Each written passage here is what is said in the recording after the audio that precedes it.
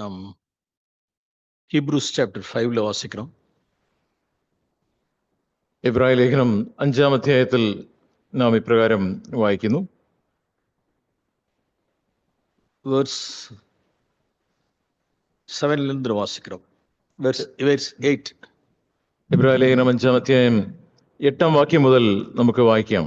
അവർ കുമാരനായിരുന്നും പട്ട പാടുകളിനാലെ കീഴ്പ്പെടുതലേ അവർ കற்றுക്കൊണ്ടാർ.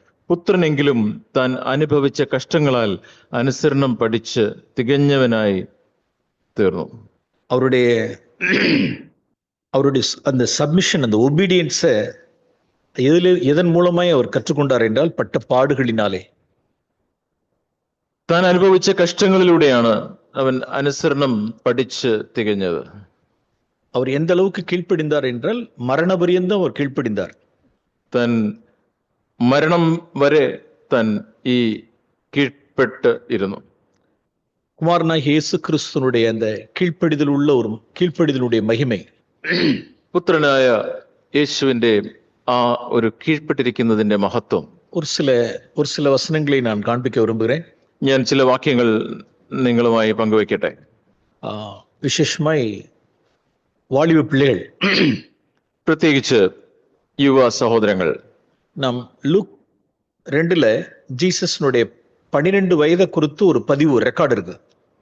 ലൂക്കോസ് 2-ാം അധ്യായത്തിൽ അവിടെ യേശുവിന്റെ 12-ാമത്തെ വയസ്സിനെ കുറിച്ച് ഒരു കാര്യം അവിടെ രേഖപ്പെടുത്തിയിട്ടുണ്ട്. அவர் நாசரேத்தூரில் தன்னுடைய பெற்றோரிடத்தில் போய் சென்று கீழ்ப்படிந்திருந்தார் என்று வாசிக்கிறோம்.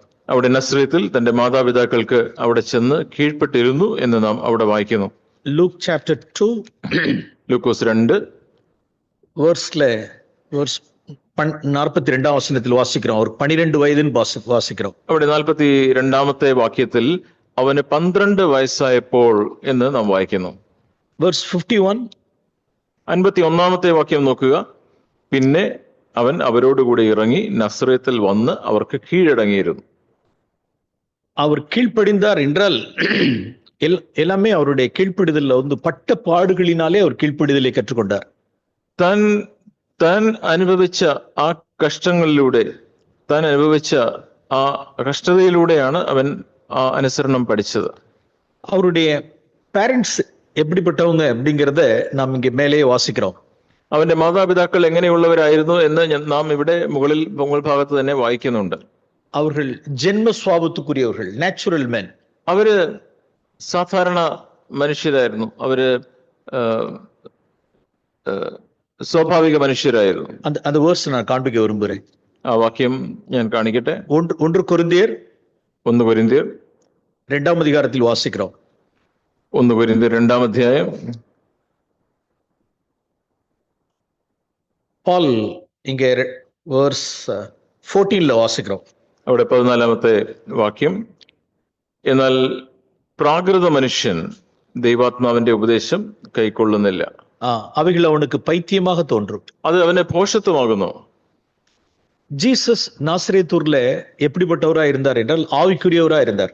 യേശു നസ്രേത്തിൽ അവിടെ ഒരു ആത്മീയനായിട്ടാണ് ജീവിച്ചത്. ஒரு ஸ்பிரிச்சுவல் மேனா இருந்தார். ഒരു ആത്മീയനായിട്ട് അവിടെ ജീവിച്ചു. அவங்களுடைய பேரண்ட்ஸ் எப்படிப்பட்டவர்களாக இருந்தார்கள்? എന്നാൽ യേശുവിന്റെ മാതാപിതാക്കൾ എങ്ങനെയുള്ളവരായിരുന്നു? നാച്ചുറൽ മെൻ, അവര് സ്വഭാവത്തുക്കുரியവர்கள். അവര് സ്വാഭാവികമായിട്ടുള്ള ആ സ്വഭാവത്തോടെ പ്രാകൃത മനുഷ്യരായിട്ടാണ് അവിടെ ജീവിച്ചത്. அப்படிப்பட்டவர்களுக்கு எப்படி தோன்றும் அப்படின்னா பைத்தியமாக தோன்றும். അങ്ങനെയുള്ള ഈ പ്രാകൃത മനുഷ്യർക്ക് ഇതൊരു പോഷത്വമായിട്ട് തോന്നും. அப்ப ஜீசஸ்னுடைய காரியங்கள் அவருடைய பெற்றோருக்கு எப்படி இருந்துச்சு அப்படின்னா பைத்தியமா இருந்துச்சு. യേശുവിന്റെ കാര്യങ്ങളൊക്കെ തന്റെ മാതാപിതാക്കൾക്ക് അതൊരു ഭ്രാന്തായിട്ട് പോഷത്വമായിട്ട് തോന്നി. നാം ഇங்கே മാർക്ക് 3 கூட വാസിக்கிறோம். നാം മർക്കോസ് 3-ാം അധ്യായത്തിൽ കൂടെ ഈ കാര്യം നാം വായിക്കുന്നു. ഇത് എപ്പോ? 30 വയസ്സില. ഇത് യേശുവിന്റെ 30-ാമത്തെ വയസ്സിലാണ്. Luke 2 at the age of 12. Lukose 2 യേശുവിന്റെ 12-ാമത്തെ വയസ്സിലാണ്. இந்த ரெண்டு இடத்துலயும் நாம் இப்படி வாசிக்கிறோம். அவர்களை ஜீசஸ் எப்படி பார்த்தாங்க அப்படின்னா, அவர்கள் ஜீசஸ் செய்யறது எல்லாமே அவருடைய பேரண்ட்ஸ்க்கு எப்படி இருந்துச்சுன்னா பைத்தியமா இருந்துச்சு.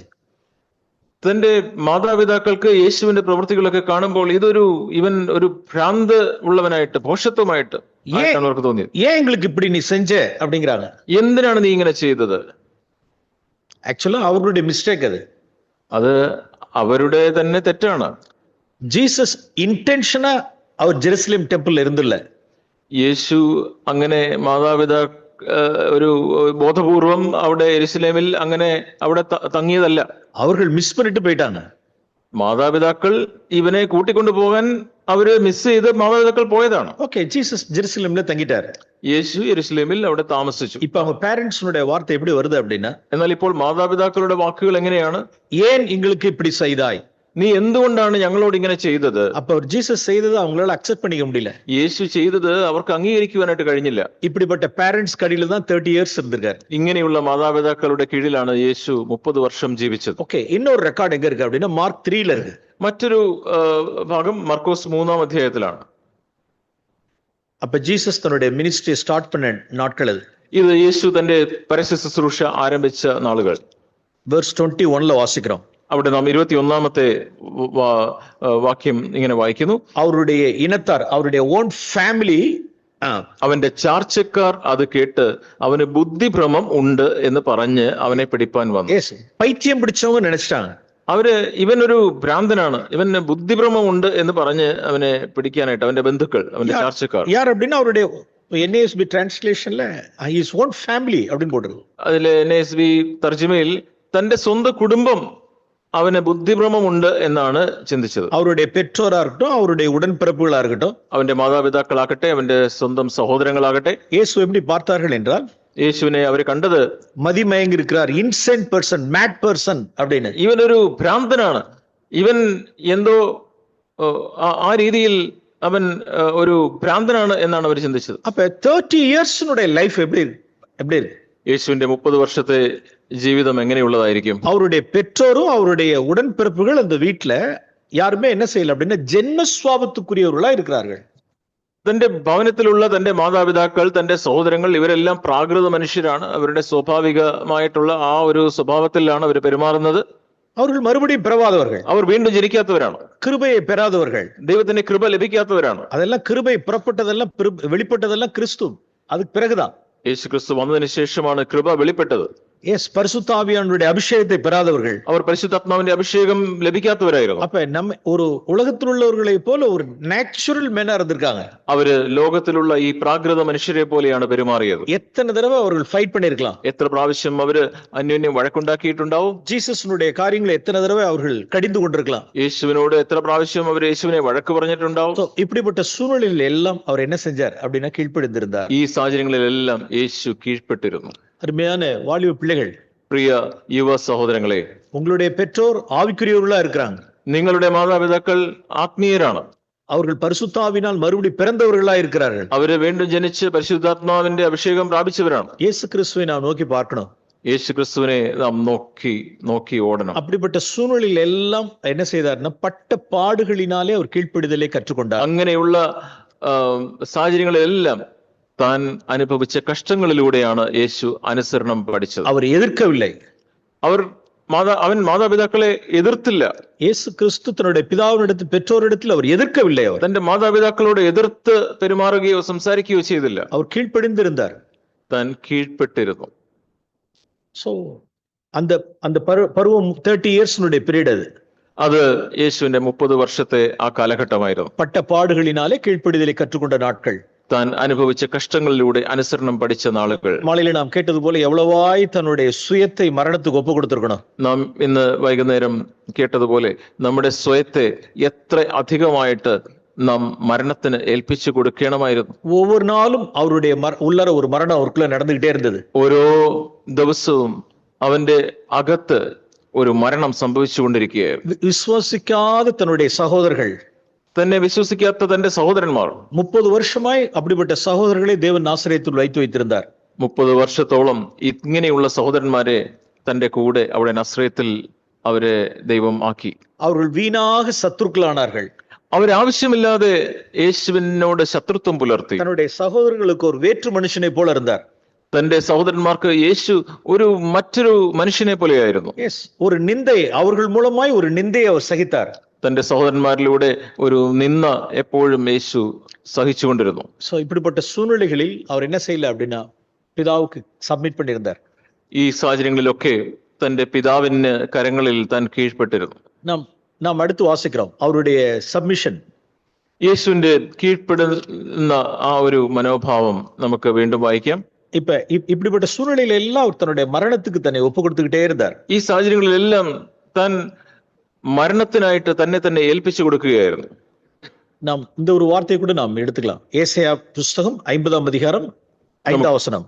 നമുക്ക് യെശയ്യാവിന്റെ പുസ്തകം 50-ആം അധ്യായം 5-ஆம் வசனம் 5-ാമത്തെ വാക്യവും കൂടെ നമുക്ക് എടുക്കാം. அவர் கர்த்தராகிய ஆண்டவர் என் செவியை திறந்தார், நான் எதிர்க்கவும் இல்லை, நான் பின்வாங்கவும் இல்லை. യഹോവയായ കർത്താവ് എന്റെ ചെവി തുറന്നു, ഞാനോ മറുത്തു നിന്നില്ല, പിന്തിരിഞ്ഞതുമില്ല. 30 ஆண்டுகள் நாசரேத்தூர்ல அவர் எதிர்க்கவும் இல்லை, அவர் பின்வாங்கவும் இல்லை. 30 വർഷം നസ്രേത്തിന്റെ ആ ഗ്രാമത്തിൽ അവൻ മറുത്തു നിന്നില്ല, പിന്തിരിഞ്ഞു നിന്നില്ല. இப்ப 30 வருடம் கழித்து இப்ப ബാപ്റ്റിസத்துக்கு நடத்துறார் പിതാ. ഇപ്പോൾ ഇതാ 30 വർഷം കഴിഞ്ഞ് അവിടെ അവൻ സ്നാനപ്പെടുവാനായിട്ട് പിതാവ് യേശുവിനെ നയിക്കുന്നു. ഇപ്പൊ ஞானஸ்தானம் എടുக்க വേണ്ടിയ ആവശ്യമില്ല. അവർ യേശുവിന് ഇവിടെ ഇങ്ങനെ ഈ സ്നാനം എടുക്കേണ്ട ആവശ്യമില്ല.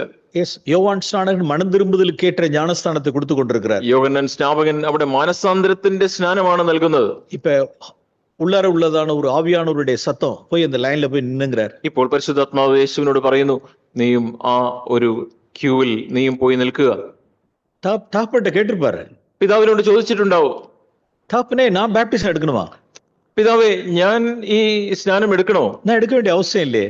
ഈ മാനസാന്തര സ്നാനം ഞാൻ എടുക്കേണ്ട ആവശ്യമില്ലല്ലോ. പാവികളും ആയക്കാരും പോലീസ്മെനും എടുത്തിട്ട് இருக்காங்க. ഇതാ പാപികളും അവിടെയുള്ള ചുങ്കക്കാരും അവിടുത്തെ പോലീസുകാരും ഒക്കെയാണ് ഈ ക്യൂവിൽ നിൽക്കുന്നത്. நான் மனம் திரும்ப வேண்டிய காரியம் இல்ல. ഞാൻ മാനസാന്തരപ്പെടേണ്ട ആവശ്യമില്ലല്ലോ. நான் பாவம் செய்யல. ഞാൻ പാപം ചെയ്തിട്ടില്ല. தாப்பனே நான் பேப்டிசம் எடுக்கணுமா? പിതാവേ, ഞാൻ ഈ സ്നാനം എടുക്കണമോ? எஸ், நீ பேப்டிசம் எடு, இட் இஸ் ரைச்சியஸ்னஸ் அப்படிங்கிறார். അതെ, നീ സ്നാനം എടുക്കണം, അത് നീതിയാണ് എന്ന് പിതാവ് പറയുന്നു. இந்த நீதியில நான் பிரியப்படுறேங்கிறார். ഈ നീതിയിൽ ഞാൻ പ്രിയപ്പെടുന്നു എന്ന് പിതാവ് പറയുന്നു. இப்ப அது குமாரனுக்கு புரியுதெல்லாம் அப்படின்னா, நான் புரிஞ்சாலும் புரியாவிட்டாலும் சரி, தகப்பனே நான் சப்மிட் பண்றேன். ഈ പുത്രന് ഇതിപ്പോൾ മനസ്സിലായാലും ഇല്ലെങ്കിലും പുത്രൻ പിതാവിനോട് പറയുന്നു, പിതാവേ, ഇതിനെ ഞാൻ കീഴ്പ്പെടുന്നു. நாம் இப்படிதான் வாசிக்கிறோம். திருப்ப வேண்டியதில்லை. தன்னுடைய ஆத்மாவை அவர் மரணத்தில் ஊற்றினார். നാം ഇങ്ങനെയാണ് വായിക്കുന്നത്, അവൻ തന്റെ പ്രാണനെ മരണത്തിന് ഒഴിച്ചു കൊടുത്തു. அவருடைய ரீசனிங் என்ன சொல்லுது அப்படின்னா, തന്റെ ബുദ്ധിയിൽ ഇങ്ങനെയായിരിക്കാം ചിന്തിച്ചത്, நான் இப்ப பேப்டிசம் எடுக்க வேண்டியதில்லை, ഞാനിപ്പോൾ സ്നാനം എടുക്കേണ്ട ആവശ്യമില്ല, நான் பாவம் செய்யல, ഞാൻ പാപം ചെയ്തിട്ടില്ല. ஆனா ஃபாதர் நடத்துறது எதுக்கு நேரா நடத்துறாரு அப்படின்னா, பேப்டிசத்துக்கு நேரா எடுத்துறாரு. എന്നാൽ പിതാവ് എന്നെ സ്നാനത്തിലേക്ക് നയിക്കുന്നു. ஓகே, என்னுடைய ரீசனிங், என்னுடைய understanding, let me bore unto death, அவ்வளவுதான். എന്റെ ഈ മനസ്സിലുണ്ടാകുന്ന ഈ ചിന്ത, ഞാൻ എന്റേതായിട്ടുള്ള ബോധ്യങ്ങൾ, അതിനെ ഞാൻ ഇതാ മരണത്തിനായിട്ട് ഒഴുക്കിക്കളയുന്നു. ഇത് റൈച്ചിയസ്നസ് அப்படிங்கிறது எப்படி தெரிஞ்சது அப்படின்னா, ஜான் தி பேப்டிஸ்ட் சொல்றப்பதான் தெரியுது. ഇത് നീതിയാണ് എന്നുള്ളത് യോഹന്നാൻ സ്നാപകനോട് സംസാരിക്കുമ്പോഴാണ് മനസ്സിലാക്കുന്നത്. ജോൺ ബാപ്റ്റിസം കൊടുക്ക യോസിக்கிறார்.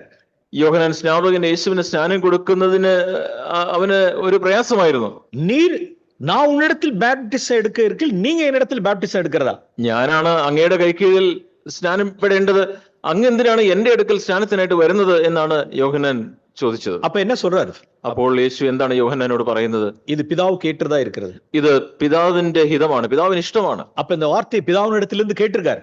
അപ്പോൾ പിതാവിൽ നിന്ന് ഈ ശബ്ദം താൻ കേട്ടിരിക്കുന്നു. യെസ്, நான் சப்மிட் பண்றேன், ഞാൻ ഇവിടെ കീഴ്പ്പെടുന്നു, நான் எதிர்க்கவும் இல்லை, நான் பின்வாங்கவும் இல்லை, ഞാൻ പിന്തിരിഞ്ഞില്ല, ഞാൻ മറുത്തു നിന്നില്ല. அவர் என் செவியை திறந்தார். പിതാവ്, ദൈവം എന്റെ ചെവിയെ തുറന്നു. ഓക്കെ, ബാപ്റ്റിസം എടുത്തുക്കാൻ എൻ ചെവിയെ திறந்தார். ഈ സ്നാനം എടുക്കുന്നതിനായിട്ട് എന്റെ ചെവി തുറക്കപ്പെട്ടു. ഓക്കെ, ലൈനിൽ നിൽക്ക വേണ്ടിയതായിடுச்சு. ഞാനിപ്പോൾ ഈ വരിയിൽ നിൽക്കുന്നു. ഓക്കെ, அந்த இடத்துல ஒரு நிந்தையை சுமந்தார். അവിടെ ഒരു നിന്ദയെ താൻ വഹിച്ചു. அவருடைய நேம் ஃபேம் எல்லாம் போயிடுச்சு. துன்மார்க்கருடைய லைன்ல நிக்கிறார் அவரோ. യേശുവിന്റെ പേര്, ആ മാന്യത, അതെല്ലാം കളഞ്ഞ് ഈ പാപികളായ ആളുകൾ നിൽക്കുന്ന ആ ക്യൂവിൽ യേശു ഇതാ നിൽക്കുന്നു. ഓക്കെ, അവർ എതിർക്കവും ഇല്ല, അവർ പിൻവാങ്ങവും ഇല്ല. യേശു മറുത്തു നിന്നില്ല, പിന്തിരിഞ്ഞില്ല. ഓക്കെ, നാം മാർക്ക് ചാപ്റ്റർ 1 വാസിக்கிறோம். നാം മർക്കോസ് 1-ാം അധ്യായത്തിൽ നാം വായിക്കുന്നു. ഓക്കെ, ഇപ്പൊ ബാപ്റ്റിസം முடிஞ்சிருச்சு. ഇപ്പൊ സ്നാനപ്പെട്ട് കഴിഞ്ഞു. മർക്കോസ് 1-ാം അധ്യായം. മാർക്ക് 1-ാം அதிகாரம். മർക്കോസ് 1-ാം അധ്യായം. മാത്യു 4-ലയും ലൂക്കാ 4-ലയും சொல்லாத ஒரு காரியத்தை மார்க் 1-ல நான் வாசிக்கிறோம். മത്തായി 4, ലൂക്കോസ് 4 എന്നീ അധ്യായങ്ങളിൽ പറയാത്ത ഒരു കാര്യം മർക്കോസ് 1-ാം അധ്യായത്തിൽ നാം വായിക്കുന്നു. இந்த வனாந்திரத்தில் ஏற்பட்டதான இந்த காரியத்தை குறித்து ഇത് വനാന്തരത്തിൽ സംഭവിച്ച ഒരു കാര്യമാണ്. verse 12 வாசிக்கிறோம். അവിടെ 12-ാം വാക്യത്തിൽ നാം വായിക്കുന്നു, உடனே ஆவியானவர் அவரை வனாந்திரத்திற்கு போகும்படி ஏவினார். അനന്തരം ആത്മാവ് അവനെ മരുഭൂമിയിലേക്ക് പോകുവാൻ നിർബന്ധിച്ചു. பேப்டிசத்துக்கு அப்புறம் ഇത് സ്നാനത്തിന് തുടർന്നാണ്. எங்க ஊட்டி கொடைக்கானலுக்குலாம் ஒரு நடத்தல. സ്നാനത്തിനപ്പുറത്ത് ഊട്ടിക്കും കൊടൈക്കനാലിലേക്കും പോകുവാനല്ല ആത്മാവ് നിർബന്ധിച്ചത്. Okay my dear son Jesus 30 years எனக்கு மகிமையான ஒரு வாழ்க்கை வாழ்ந்திருக்கேன், அதனால உனக்கு நான் இப்ப வந்து ஒரு 1 month போய் எங்க இருந்து 40 days இருந்துட்டு வா அப்படின்னு சொல்லிட்டு ஊட்டி கொடைக்கானலுக்குலாம் அவர் அனுப்பல. എന്റെ പ്രിയ മകനെ, നീ 30 വർഷം ഈ രീതിയിൽ കീഴ്പ്പെട്ട് നീ ഇരുന്നല്ലോ, ഇനി നീ ഒരു അടുത്ത 40 ദിവസം നീ ഊട്ടിയും കൊടൈക്കനാലിലും ഒക്കെ പോയി ഒന്ന് സ്വാതന്ത്ര്യത്തോടെ പോയിട്ട് വാ എന്നല്ല പിതാവ് പറഞ്ഞത്. அவர் எங்க நடத்தினார் அப்படின்னா வனாந்தரத்துக்கு நடத்தினார். ഇത് ആത്മാവ് അവനെ വനാന്തരത്തിലേക്ക് മരുഭൂമിയിലേക്ക് പോകുവാൻ നിർബന്ധിച്ചു. verse 13 வாசிக்கிறோம். 13-ാമത്തെ വാക്യം, 40 நாள் அங்க இருந்தார். അവിടെ 40 ദിവസം മരുഭൂമിയിൽ சாத்தானால் சோதிக்கப்பட்டார். അവിടെ സാത്താനാൽ പരീക്ഷിക്കപ്പെട്ടു. காட்டு மிருகங்களின் நடுவிலே சஞ்சரித்துக் கொண்டிருந்தார். കാട്ടുമൃഗങ്ങളോടുകൂടെ ആയിരുന്നു. இந்த காரியம் லூக்லயும் മാത്യുവിലും சொல்லப்படல. ഇവിടെ ഈ കാട്ടുമൃഗങ്ങളോടുകൂടെ ആയിരുന്നു എന്ന കാര്യം ലൂക്കോസിലും മത്തായിലും പറഞ്ഞിട്ടില്ല. அவர்கள் 2 பேரும் இதை பதிவு பண்ணல. അവർ രണ്ടുപേരും ഈ കാര്യം രേഖപ്പെടുത്തിയിട്ടില്ല. மார்க் தான் ரெக்கார்ட் பண்றார். മർക്കോസ് മാത്രമാണ് ഇത് രേഖപ്പെടുത്തിയിരിക്കുന്നത്. வைல்ட் அனிமல்ஸ் அங்க இருந்ததாம். കാട്ടുമൃഗങ്ങൾ അവിടെ ഉണ്ടായിരുന്നു. அவர் நடுவிலே அவர் சஞ்சரித்துக் கொண்டிருந்தார். കാട്ടുമൃഗങ്ങളോടുകൂടെ അതിന്റെ ഇടയിലാണ് യേശു അവിടെ യാത്ര ചെയ്തത്. இப்ப வனாந்தரத்துக்கு நேராய் அவர் நடத்தினார். நடத்துறார். வனாந்தரத்துக்கு நேரா நடத்துறார். മരുഭൂമിയിലേക്ക് ആത്മാവ് യേശുവിനെ നടത്തുന്നു. இப்ப அங்க போய் பாக்குறார், காட்டு மிருகங்கள்லாம் இருக்கு. അവിടെ പോകാനായിട്ട് തുടങ്ങുമ്പോൾ അവിടെ കാട്ടുമൃഗങ്ങളൊക്കെ ഉണ്ട്. சாப்பாடு இல்ல, ഭക്ഷണമില്ല. 40 days அவர் சொல்லி அனுப்பலாம் இல்ல. 40 ദിവസം എന്ന് പറഞ്ഞ് അങ്ങോട്ട് പോകാനായിട്ട് മരുഭൂമിയിലേക്ക് അയച്ചതല്ല. ഹോളി സ്പിരിറ്റ് ലെഡ് ഹിം, അவ்வளவுதான், പോയിട്ടേ இருந்தார். പരിശുദ്ധാത്മാവ് നയിച്ചു. യേശു മുമ്പോട്ട് പോയിക്കൊണ്ടേയിരിക്കുന്നു. പസി, അവിടെ വിശപ്പ്, சாத்தானால் உண்டான சோதனை, പിശാചിനാൽ ഉള്ള സാത്താന്റെ പരീക്ഷ, കാട്ടുമൃഗങ്ങൾ. இப்ப எதிர்க்கவும் இல்லை, அவர் பின்வாங்கவும் இல்லை. യേശു മറുത്തു നിന്നില്ല, പിന്തിരിഞ്ഞതുമില്ല. உடனே அவர் பேக் ஆயில்ல. அவர் ഉടനെ പുറകോട്ട് പോയില്ല. ஏன்னா ஃபாதர்ட்ட இருந்து இன்னும் சவுண்ட் வர, சத்தம் வரல இன்னும். കാരണം പിതാവിൽ നിന്ന് ഇതുവരെയും മറ്റൊരു ശബ്ദം വന്നില്ല. பிதாவுடைய சத்தம் வருகிற வரைக்கும் செத்தாலும், பசியில செத்தாலும் நான் சாவனே ஒழிய நான் பேக் ஆக மாட்டேன். പിതാവിന്റെ ശബ്ദം ഞാൻ കേൾക്കുന്നത് വരെ ഞാൻ മുമ്പോട്ട് പോയിക്കൊണ്ടേയിരിക്കും. മരിച്ചാൽ ഞാൻ മരിക്കും, അതുവരെ പിതാവ് പറഞ്ഞതുപോലെ ഞാൻ മരുഭൂമിയിലേക്ക് പോയിക്കൊണ്ടേയിരിക്കും. പ്രിയമാനവர்களே, சில சூழ்நிலைகளில் தேவன் நம்மை வனாந்தரத்துக்கு நம்ம நடத்த முடியும். പ്രിയമുള്ളവരെ, ചില സാഹചര്യങ്ങളിൽ ദൈവം നമ്മെ മരുഭൂമിയിലേക്ക് നടത്തും. இங்க நம்ம வனாந்தரம்னு சும்மா வனாந்தரம்னு படிச்சுட்டு போயிட வேண்டாம். നാം ഈ മരുഭൂമി എന്ന് പറയുമ്പോൾ അതിനെ മരുഭൂമി എന്ന് പറഞ്ഞ് എളുപ്പത്തിൽ വായിച്ചു വിടരുത്. ഒരു ഫാമിലി நான் அறிவேன். എനിക്ക് ഒരു കുടുംബത്തെ അറിയാം. அது கோவிட் டைம். അത് കോവിഡിന്റെ സമയമായിരുന്നു. வேலை இழந்துட்டாங்க. തങ്ങളുടെ ജോലി നഷ്ടപ്പെട്ടു. கோவிட் டைம்ல நிறைய பேருக்கு வேலை இழப்பு ஆகிட்டப்போ அவருக்கு ஒரு வேலை இழப்பாயிடுச்சு. കോവിഡിന്റെ സമയത്ത് പലർക്കും ജോലി നഷ്ടപ്പെട്ടു, അവർക്കും ജോലി നഷ്ടപ്പെട്ടു. சில பேருக்குலாம் வேலை இல்ல, ஆஃப் த സാലറി வாங்கின நாட்கள். ആ സമയങ്ങളിൽ ചില ആളുകൾക്കൊക്കെ ശമ്പളം പകുതിയായി കുറഞ്ഞു. அப்ப ஹஸ்பண்ட் முடிவு பண்றாரு. അപ്പോൾ ഭർത്താവ് ഇങ്ങനെ തീരുമാനമെടുത്തു, வேலை இழந்துட்டோம், ഇപ്പൊ നമുക്ക് ജോലി നഷ്ടപ്പെട്ടല്ലോ, சரி இப்ப நம்ம இனிமே ரெண்ட் கொடுத்து இந்த இடத்துல நம்ம இருக்க முடியாது, இந்த ஊர்ல இருக்க முடியாது, നമുക്ക് വാടക കൊടുത്ത് ഈ ഗ്രാമത്തിൽ ഇനിയും ഇപ്പോൾ താമസിക്കുവാനായിട്ട് കഴിയുകയില്ല. അടുത്ത് ഒരു ജോബ് പോയി சேர்ற வரைக்கும் നാം അടുത്ത് നമുക്ക് ഒരു ജോലി കിട്ടുന്നത് വരെ ஒரு few months நாம் என்னுடைய பேரண்ட்ஸ் வீட்ல இருக்கலாம் வா அப்படின்னு சொல்லிட்டு வைஃபை கூப்பிடுறாரு. എന്നാൽ കുറച്ചു നാൾ എന്റെ മാതാപിതാക്കളോട് കൂടെ നമുക്ക് താമസിക്കാം, നമുക്ക് പോകാം എന്ന് പറഞ്ഞ് ഭാര്യയെ വിളിക്കുന്നു. നടന്ന കാര്യം, ഇത് സംഭവിച്ച ഒരു കാര്യമാണ്. அந்த ஃபேமிலிட்ட நான் பேச வேண்டியதா இருந்துச்சு. ആ കുടുംബത്തോട് എനിക്ക് പിന്നീട് സംസാരിക്കേണ്ടി വന്നു.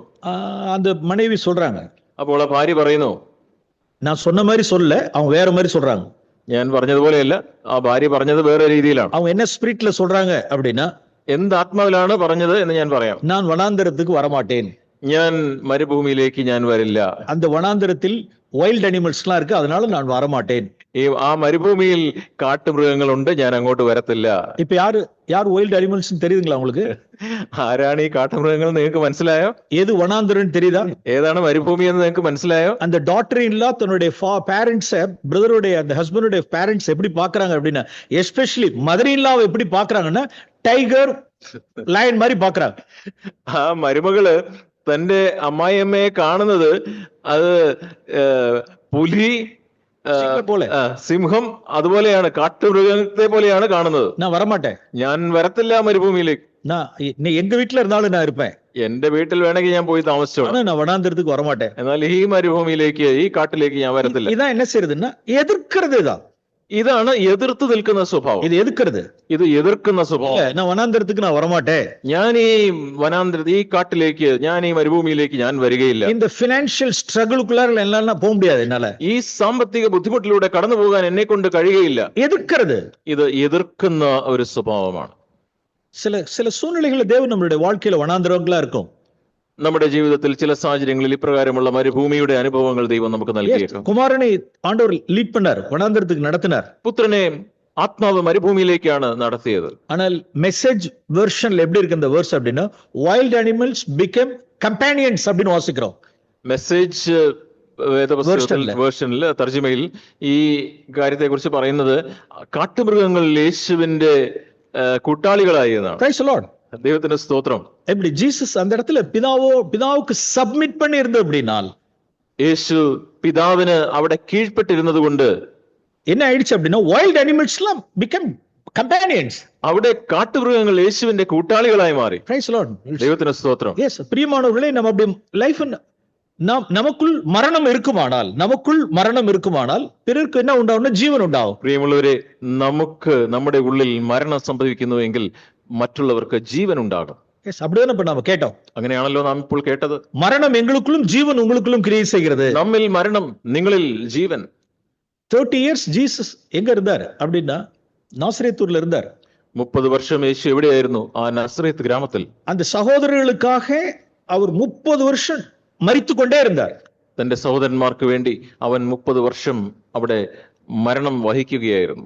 മരിച്ചു യേശു ഉയർത്തെഴുന്നதுக்கு பிறகு என்ன ஆயிடுச்சு அப்படின்னா, அவர்களுக்குள் ஜீவன் உண்டானது. യേശു ക്രിസ്തു മരിച്ച് ഉയർത്തെഴുന്നേറ്റപ്പോഴാണ് ആ സഹോദരന്മാരുടെ ഉള്ളത്തിൽ ജീവൻ ഉണ്ടായത്. அப்படிப்பட்டவர்கள் அப்போஸ்தலர்களா இருக்காங்க, நிருபங்களை எழுதியிருக்கிறார்கள். അങ്ങനെയുള്ള ആളുകൾ അപ്പോസ്തലന്മാരായി ലേഖനങ്ങൾ എഴുതിയിട്ടുണ്ട്. எஸ், குமாரனுக்குள் மரணம் கிரியை செய்தது, ஜீவன் அவர்களுக்குள் கிரியை செய்தது. പുത്രനിൽ മരണം നടന്നപ്പോൾ ഇതാ തന്റെ സഹോദരന്മാരിൽ ജീവൻ ഉണ്ടാകുന്നു. எஸ், வைல்ட் அனிமல்ஸையும் நாம் கம்பெனியன்ஸா மாற்றிக்கொள்ள முடியும். നമുക്ക് കാട്ടുമൃഗങ്ങളെ കൂട്ടാളികളാക്കി മാറ്റുവാനായിട്ട് കഴിയും. நம்மளுடைய லைஃப் தான் ഇത് നമ്മുടെ ജീവനാണ്. சோ அப்படி வனாந்தரத்துக்குள் நடத்தும் பொழுது, ஆண்டவரே நான் மரிக்கிறேன். മരുഭൂമിയിൽ കൂടെ ഞാൻ നടത്തപ്പെടുമ്പോൾ, കർത്താവേ ഞാൻ മരിക്കാൻ തയ്യാറാണ്. நான் எதிர்க்கவும் இல்லை, நான் பின்வாங்கவும் இல்லை. ഞാൻ എതിർത്തില്ല, ഞാൻ മറുതലിച്ചു നിന്നില്ല. இது ஒரு ஃபேமிலி சிச்சுவேஷன் மட்டும் இல்ல, ഇതൊരു കുടുംബത്തിന്റെ പശ്ചാത്തലം മാത്രമല്ല.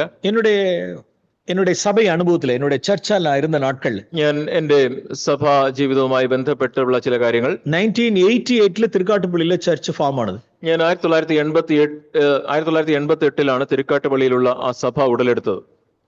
12 years கழிச்சு 2000 ஒரு பார்ட்டிஷன், ஒரு டிவிஷன் நடந்துச்சு சர்ச்சில். അവിടെ 12 വർഷം കഴിഞ്ഞ് 2000 ആണ്ടിൽ അവിടെ ഒരു അവിടെ ഒരു ഭിന്നതയുണ്ടായി. ஏற்கனவே இங்க இருந்ததான ஒரு லோக்கல் எல்டர் மேல ஜனங்கள் கான்ஃபிடன்ஸ் இழந்துட்டாங்க. അവിടെ നേരത്തെ ഉണ്ടായിരുന്ന ഒരു പ്രാദേശിക മൂപ്പനിൽ അവിടെ ഉണ്ടായിരുന്ന ആളുകൾക്ക് ഉള്ള വിശ്വാസം നഷ്ടപ്പെട്ടു. அதற்கு பிறகு சபை ரெண்டா பிரிஞ்சது இடத்துல. അതിനെ തുടർന്ന് ആ സഭയിലുള്ള ആളുകൾ 2 വിഭാഗമായി അവര് പിരിയുകയുണ്ടായി. അവർ அங்க சர்ச்சில் நான் 2 பேருமே நான் பொறுப்பா இருந்தோம். ഞാനും മറ്റേ വ്യക്തിയും 2 പേരും അവിടെ സഭയിൽ ഉത്തരവാദിത്തമുള്ളവരായിരുന്നു. അവർ എന്നോട് കൂടെ ഏജിൽ கொஞ்சம் பெரியவர். എന്നെക്കാട്ടിലും വയസ്സിൽ മൂത്ത ആളായിരുന്നു മറ്റേ വ്യക്തി. கிட்டத்தட்ட 12 years அவருடைய அத்தாரிட்டிக்கு அடியில இருந்த ഞാൻ ഏകദേശം 12 വർഷം അദ്ദേഹത്തിന്റെ അധികാരത്തിന്റെ കീഴിൽ ഞാനായിരുന്നു. ஒரு சில வருஷங்கள் ரொம்ப கடினமான வருஷங்கள். ചില വർഷങ്ങൾ എനിക്ക് വളരെ കഠിനമായ വർഷങ്ങളായിരുന്നു. அப்பெல்லாம் ஜீசஸ் தான் நான் பார்க்கிறேன். ஜீசஸ் தான் நம்மளுடைய ஃபோர்ரன்னர். അപ്പോഴെല്ലാം ഞാൻ യേശുവിനെയാണ് നോക്കിയത്. യേശുവാണ് നമ്മുടെ മുന്നോടി. அது அந்த இயர்ஸ் ஒரு வனாந்திரமான வருஷங்கள். அது ആ വർഷങ്ങൾ എനിക്ക് ഒരു മരുഭൂമിയുടെ വർഷങ്ങളായിരുന്നു. அப்ப அந்த நாட்கள்ல நான் எதிர்க்கல. ആ നാളുകളിൽ ഞാൻ എതിർത്ത് നിന്നില്ല. There are two things. 2 കാര്യങ്ങളുണ്ട്. ഒന്ന് എതിർക്കുന്നത്, ഇന്നൊന്ന് പിൻവാങ്ങുന്നത്.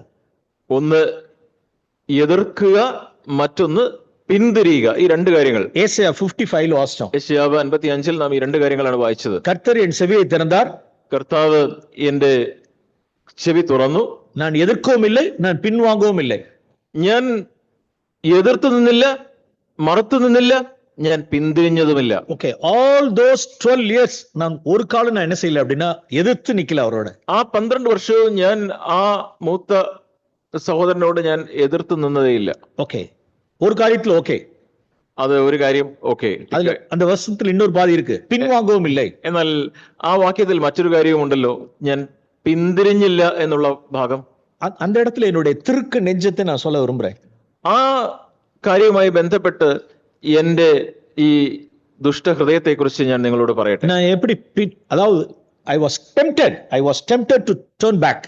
എനിക്ക് എന്റെ ഹൃദയത്തിൽ പിന്തിരിഞ്ഞു പോകുവാനായിട്ടുള്ള പല പരീക്ഷകൾ എന്റെ ഹൃദയത്തിൽ ഉടലെടുക്കുന്നത് ഞാൻ കണ്ടു. அதை எப்படி அதை விரும்பினேன் அப்படின்னா அந்த இடத்துல அந்த அத்தாரிட்டிக்கு அடியில அந்த வில்டர்னஸ்ல அந்த சஃபரிங்ல என்னால இருக்க முடியாததுக்காக நான் இப்படி ஒரு பிளான் பண்ணேன். நான் അവിടെ ആ ഒരു മരുഭൂമിയിൽ, ആ ഒരു ബുദ്ധിമുട്ടുള്ള സാഹചര്യത്തിൽ, അവിടെ ആ ഒരു ബുദ്ധിമുട്ടിൽ എങ്ങനെയെങ്കിലും അവിടെ നിന്ന് എനിക്ക് ഒന്ന് മാറാനായിട്ട് ഞാൻ ഇങ്ങനെ ഒരു പദ്ധതി എന്റെ മനസ്സിൽ രൂപപ്പെടുത്തി. என்ன அப்படின்னா என்னுடைய பிள்ளைகளுடைய எஜுகேஷனுக்காக தஞ்சாவூர் மூவ் பண்ணிடலாம். എന്റെ മക്കളുടെ വിദ്യാഭ്യാസത്തിന് വേണ്ടി എനിക്ക് തഞ്ചാവൂരിലേക്ക് പോകാം.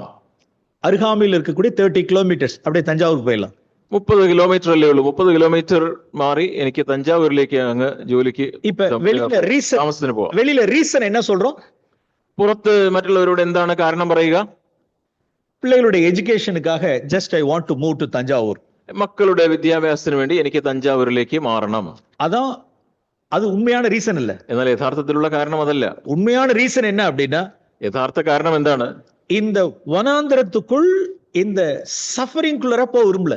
ഈ ഒരു യാത്രയിൽ, ഈ മരുഭൂമി പ്രയാണത്തിൽ, ഈ ഒരു മരുഭൂമിയുടെ അവസ്ഥയിൽ എനിക്ക് തുടരാനായിട്ട് താല്പര്യമില്ല. அந்த இடத்துல உள்ள கிரஷிங், அந்த கிரஷிங்ல இந்த ബ്രോക്കൻനെസ്ல விரும்பல. അവിടെ ഞാൻ അനുഭവിക്കുന്ന ആ ഒരു നുറുക്കത്തിന്റെ, കഷ്ടപ്പാടിന്റെ ആ ഒരു കാര്യം എനിക്ക് ആ സമയം ഞാൻ ആഗ്രഹിക്കുന്നില്ല. എനിക്ക് അവിടെ നിന്ന് മാറണം. பேசாம எஸ்கேப் ஆயிடும். ഞാൻ മിണ്ടാതെ ഇവിടുന്ന് രക്ഷപ്പെടാം. இதுக்கு ஒரு ரீசன் ஒன்னு சொல்லுவோம். അപ്പൊ അതിനൊരു നല്ല കാരണവും പറയാം. இதெல்லாம் நம்மளுடைய ஹியூமன் ரீசனிங்ஸ் எல்லாம். ഇതെല്ലാം നമ്മുടെ മാനുഷികമായ ചിന്താഗതികളാണ്. சோ அந்த நாட்கள் ஆண்டவர் என்னோடு கூட பேசின வார்த்தை. ആ സമയത്ത് കർത്താവ് എന്നോട് സംസാരിച്ച വചനം ഇതാണ്. നീ എതിർക്കല, ഓക്കേ, നീ എതിർത്തു നിന്നില്ല, അത് ശരി തന്നെ. ஆனால் பின்வாங்குற நீனு, എന്നാൽ നീ പിന്തിരിഞ്ഞു പോകുന്നല്ലോ. ജീസസ് എതിർക്കവും ഇല്ല, പിൻവാങ്ങവും ഇല്ല. യേശു മറുത്തു നിന്നില്ല, എതിർത്തു നിന്നില്ല, പിന്തിരിഞ്ഞതുമില്ല. He learned obedience through sufferings. താൻ അനുഭവിച്ച കഷ്ടങ്ങളിലൂടെ യേശു അനുസരണം അഭ്യസിച്ചു. അതുവഴിയാ കടന്നു പോ, ആ വഴിയിൽ തന്നെ നീ പോകണം. പിൻവാങ്ങാതെ, പുറകോട്ട് പോകാതെ. യെസ്, ചില സമയങ്ങൾക്ക് വിൽഡർനെസ് இப்படி இருக்கலாம். ചില സാഹചര്യങ്ങളിൽ നമ്മുടെ മരുഭൂമി ഇങ്ങനെയായിരിക്കാം. ഫാമിലി സിറ്റുവേഷൻ ആയിരിക്കാം, അതൊരു കുടുംബത്തിന്റെ അവസ്ഥയായിരിക്കാം, നമ്മുടെ വർക്ക് സ്പോട്ട് ആയിരിക്കാം, അല്ലെങ്കിൽ നമ്മുടെ ജോലി സ്ഥലമായിരിക്കാം. അങ്ക എല്ലാ ഇടങ്ങളിലും സഫറിങ്സ് இருக்கலாம். അവിടെ എല്ലാം നമുക്ക് ഈ രീതിയിലുള്ള ബുദ്ധിമുട്ടിന്റെ, പ്രയാസങ്ങളുടെ അനുഭവങ്ങൾ ഉണ്ടാകാം. ഒരു ക്രഷിംഗ് இருக்கும், അവിടെ ഒരു നുറുക്കത്തിന്റെ അവസ്ഥ ഉണ്ടാകാം. അങ്ക ഒരു ബ്രോക്കൻനെസ് இருக்கும், അവിടെ ഒരു നുറുക്കവും ഉണ്ടാകാം. ഹ്യൂമിലിയേഷൻസ് இருக்கும், അവിടെ നമ്മെ നിന്ദിക്കുന്ന അവസരങ്ങൾ ഉണ്ടാകാം. இப்படிப்பட்ட சூழ்நிலைகளில் நாம் எதிர்க்கவும் கூடாது, பின்வாங்கவும் கூடாது. ഇങ്ങനെയുള്ള സാഹചര്യങ്ങളിൽ നാം എതിർത്ത് നിൽക്കരുത്, നാം പിന്തിരിയുകയും അരുത്. நான் அந்த நாட்கள்ல என்னுடைய ஒரு ஃபேவரட், என்னுடைய ஹீரோவாய் நான் அந்த நாட்கள் வாசிச்ச சாமுவேல் லோகன் பிரங்கல். ഞാൻ ആ സമയത്ത് എന്റെ ഒരു ഹീറോ ആയിട്ട് ഞാൻ വായിച്ചുകൊണ്ടിരുന്ന ഒരു വ്യക്തിയുണ്ട്, ഒരു പുസ്തകം. എന്നെ അധികമായി ആശീർവദിച്ചവർ, എന്നെ അധികം സ്വാധീനിച്ച ഒരു വ്യക്തിയാണ് Samuel Logan Brengle. Samuel Logan Brengle. அவர் யார் என்றால் வில்லியம் பூத்துக்கு அடியில இருந்த கூடியதான ஒரு second leader of Salvation Army. Salvation ആർമിയുടെ ഒരു രണ്ടാം നേതാവായിട്ട് വില്യം ബൂത്തിന്റെ കീഴെ ഉണ്ടായിരുന്ന ഒരു വ്യക്തിയായിരുന്നു സാമുവൽ ലോഗൻ ബ്രിങ്കൽ. அவர் அமெரிக்கால அவர் ஏற்கனவே ஒரு பிரீச்சரா இருந்தவர். അമേരിക്കയിൽ ഒരു പ്രസംഗകനായി ഉള്ള ഒരു വ്യക്തിയായിരുന്നു അദ്ദേഹം. இங்கிலாந்துல இருக்கக்கூடியதான வில்லியம் பூத்தினுடைய சால்வேஷன் மினிஸ்ட்ரியில அவரோட சேர்ந்து ஊழியம் செய்யணும்னு அவருக்கு விருப்பம் இருக்கு. ഇംഗ്ലണ്ടിലുള്ള വില്യം ബൂത്തിന്റെ ഈ സാൽവേഷൻ ആർമിയുടെ ആ ഒരു പ്രവർത്തനത്തോട് ചേർന്ന് പ്രവർത്തിക്കുവാൻ ഈ പ്രസംഗകനായ സാമുവൽ ബ്രിങ്കലിന് താല്പര്യം തോന്നി. അതിനാൽ അവർക്ക് ഒരു കടിതം എഴുതാറ് നിனைக்கிறேன். അതുകൊണ്ട് ഞാൻ ചിന്തിക്കുന്നത്, ഈ എന്റെ ഓർമ്മ ശരിയാണെങ്കിൽ സാമുവൽ വില്യം ബൂത്തിന് ഒരു കത്തെഴുതി, நான் உங்களுடைய மினிஸ்ட்ரியில நான் ஜாயின் பண்ண விரும்புறேன், ഞാൻ അങ്ങയുടെ ഈ ഒരു മിനിസ്ട്രിയിൽ, ശുശ്രൂഷയിൽ എനിക്കും ചേർന്ന് പ്രവർത്തിക്കുവാൻ താല്പര്യമുണ്ട്. அதுக்கு വില്യം ബൂത്ത് இப்படி எழுதினார். അതിന് വില്യം ബൂത്ത് മറുപടി അയച്ചു. நான் நிறைய விஷயங்களை நான் மறந்துட்டேன். അതിലുള്ള പല കാര്യങ്ങൾ ഞാൻ മറന്നു. ஒன்னு ரெண்டு விஷயங்களை மட்டும் ஞாபகம் இருக்கு. എനിക്ക് ഒന്ന് രണ്ട് കാര്യങ്ങൾ മാത്രം ഓർമ്മയുണ്ട്. You are a dangerous man அப்படின்ட்டார். വില്യം ബൂത്ത് അദ്ദേഹത്തിന് മറുപടി എഴുതിയപ്പോൾ പറഞ്ഞു, താങ്കൾ ഒരു അപകടം പിടിച്ച ആളാണ്. You are in such A dangerous place அப்படின்ட்டார். നിങ്ങൾ വളരെ അപകടം പിടിച്ച ഒരു സ്ഥലത്താണുള്ളത്. Why you are a dangerous person? Why you are in dangerous place means നിങ്ങൾ എന്തുകൊണ്ടാണ് അപകടം പിടിച്ച ഒരു വ്യക്തി, നിങ്ങൾ എന്തുകൊണ്ടാണ് അപകടം പിടിച്ച സ്ഥലത്താണെന്ന് ഞാൻ പറയുന്നത്, நீங்க ஏற்கனவே ஒரு அத்தாரிட்டிக்கு சப்மிட் பண்ணி இல்ல. നിങ്ങൾ ഇതുവരെ ഒരു അധികാരത്തിന് കീഴ്പ്പെട്ടിട്ടുള്ള വ്യക്തിയല്ല. All these years உங்களே நீங்க மேய்த்து கொண்டீங்க. ഇത് ഈ വർഷങ്ങൾ മുഴുവനും നിങ്ങൾ തന്നെയാണ് നിങ്ങൾക്ക് നായകനായി നിങ്ങളെ നയിച്ചുകൊണ്ടിരിക്കുന്നത്. ஒரு அத்தாரிட்டிக்கு சப்மிட் பண்ணி இல்லாத ஒரு மனுஷன் டேஞ்சரஸ் பர்சன். ഒരു അധികാരത്തിന് കീഴ്പ്പെട്ടിട്ടില്ലാത്ത മനുഷ്യൻ അവൻ അപകടം പിടിച്ചവനാണ്. அவன் டேஞ்சரஸ் பிளேஸ்ல இருக்கான். അവൻ ഒരു അപകടം പിടിച്ച സ്ഥലത്താണുള്ളത്. சோ இப்படிப்பட்ட பர்சன்ஸ்க்குலாம் இங்க சால்வேஷன் ஆர்மில இடம் இல்லன்ட்டார். ഇങ്ങനെയുള്ള വ്യക്തിക്കെല്ലാം ഈ സാൽവേഷൻ ആർമിയിൽ ഇടമില്ല എന്ന് ரிஜெக்ட் பண்ணிட்டார். അദ്ദേഹത്തെ താൻ തിരസ്കരിച്ചു. அவருக்கு எப்படி இருந்திருக்கும் அவருக்கு? വില്യം ബൂത്ത് എങ്ങനെയുള്ള മനുഷ്യനായിരുന്നു? அப்படின்னா அவர் தானாகவே மினிஸ்ட்ரி செஞ்சு ஒரு லீடரா இருந்தவர். அவர் സാമുവൽ ലോഗൻ അപ്രകാരം താൻ തന്നെ ശുശ്രൂഷ ചെയ്ത ഒരു നേതാവായിരുന്നു. അതുകൊണ്ടാണ് വില്യം ബൂത്ത് അദ്ദേഹത്തെ തിരസ്കരിച്ചത്. எஸ் மறுபடியும் அவர் என்ன செய்யறாரு அப்படின்னா, ஆனால் பூத் எழுதுறாரு, உங்களுக்கு ஒரு பணி இருக்கு, ஒரு ஜாப் இருக்கு. എന്നാൽ നിങ്ങൾക്ക് വേണമെങ്കിൽ ഇവിടെ ഒരു ജോലി തരാം. எங்க சால்வேஷன் ஆர்மியில் உள்ளதான இந்த பிலீவர்ஸ்னுடைய ஷூவை என்ன வேணும்னா பாலிஷ் பண்ணலாம், அவ்வளவுதான். വേണമെങ്കിൽ നിങ്ങൾക്ക് ഞങ്ങളുടെ സാൽവേഷൻ ആർമിയിൽ ആളുകളൊക്കെ പ്രാർത്ഥനയ്ക്ക് പോകുന്നതിന് മുമ്പ് അവരുടെ ഷൂസ് അഴിച്ചു വെക്കാറുണ്ട്. ആ ഷൂസ് വേണമെങ്കിൽ നിങ്ങൾക്ക് പോളിഷ് ചെയ്യാം. அவ்வளவுதான். அந்த வேலை எல்லாம் இருக்கு. ആ ജോലി വേണമെങ്കിൽ നിങ്ങൾക്ക് തരാം. அந்த மினிஸ்ட்ரி செய்யறதுக்கு வரணும்னா நீங்க வரலாம். ആ ശുശ്രൂഷ ചെയ്യാൻ നിങ്ങൾക്ക് താല്പര്യം ഉണ്ടെങ്കിൽ നിങ്ങൾക്ക് വരാം. ஓகே, பிரங்கிள் முடிவுபட்டார். எஸ் போய்டும் அப்படின்ட்டு. ബ്രെങ്കിൾ ഉടനെ തീരുമാനിച്ചു, ശരി ഏതായാലും ഇതിന് പോവാം. ஓகே, 1 year ஆயிடுச்சு, 2 years நினைக்கிறேன், few years இருந்தார். 1-2 വർഷമായി, ചില വർഷങ്ങളായി എന്നാണ് ഞാൻ ചിന്തിക്കുന്നത്. ഒരു preacher അദ്ദേഹം ഒരു പ്രസംഗകനായിരുന്നു. ஒரு நல்ல ஃபேமஸ் preacher. അദ്ദേഹം ഒരു അറിയപ്പെടുന്ന പ്രസംഗകനായിരുന്നു. இங்க இங்கிலாந்துல சால்வேஷன் ஆர்மியில் உள்ளதான பிலீவர்ஸ்னுடைய ஷூவை பாலிஷ் பண்ணிட்டு இருந்தார். അദ്ദേഹം അമേരിക്കയിൽ നിന്ന് ഇംഗ്ലണ്ടിൽ വന്ന് ഇവിടെ സാൽവേഷൻ ആർമിയിലുള്ള വിശ്വാസികളുടെ ഷൂസ് പോളിഷ് ചെയ്യുകയാണ്. He learned obedience through sufferings. താൻ അനുഭവിച്ച കഷ്ടങ്ങളിലൂടെ അനുസരണം അഭ്യസിച്ചു. இப்ப அவருக்கு பிசாசு அவர்கிட்ட நிறைய சந்தேகங்கள் எல்லாம் கொண்டு வரான். ഇപ്പോ തന്റെ മനസ്സിലേക്ക് പിശാച് പല സംശയങ്ങൾ കൊണ്ടുവരികയാണ്. உன்னுடைய காலிங் என்ன, உன்னுடைய gift என்ன, നിന്റെ വിളി എന്താണ്, നിനക്ക് ലഭിച്ച ദൈവം തന്ന വരം എന്താണ്, எல்லாத்தையும் தூக்கி குழி தோண்டி புதைச்சிட்டு எல்லாத்தையும் பரி பண்ணிட்ட. എല്ലാത്തിനെയും നീ ഇവിടെ കുഴി തോണ്ടി നീ അതിനെ അവിടെ മറവ് ചെയ്തല്ലോ. உன்னுடைய மினிஸ்ட்ரி, உன்னுடைய ടാലന്റ്, உன்னுடைய gift எல்லாம் குழி தோண்டி புதைச்சிட்ட. നീ നിന്റെ ആ വരം, നിന്റെ താലന്ത്, നിന്റെ ശുശ്രൂഷ എല്ലാം നീ ഒരു കുഴിയെടുത്ത് അവിടെ അതിനെ കുഴിച്ചു മൂടിയല്ലോ. உட்கார்ந்துகிட்டு இங்க வந்து ஷூ பாலிஷ் பண்ணிட்டு இருக்க. ഇവിടെ ഇരുന്ന് നീ ഷൂസ് പോളിഷ് ചെയ്തുകൊണ്ടിരിക്കുകയാണ്. ஆண்டவரே, நான் தேவசித்தம் செய்யறேனா இல்ல என் சுயசித்தம் செய்யறேனா? പിതാവേ, കർത്താവേ, ഞാൻ എന്റെ സ്വന്തം ഇഷ്ടമാണോ ചെയ്യുന്നത്, അതോ ദൈവത്തിന്റെ ഇഷ്ടമാണോ ഇത്? எனக்கு காண்பிங்க. എനിക്ക് കാണിച്ചു തരണം. அந்த ராத்திரியிலே அவருக்கு ட்ரீம் வருது.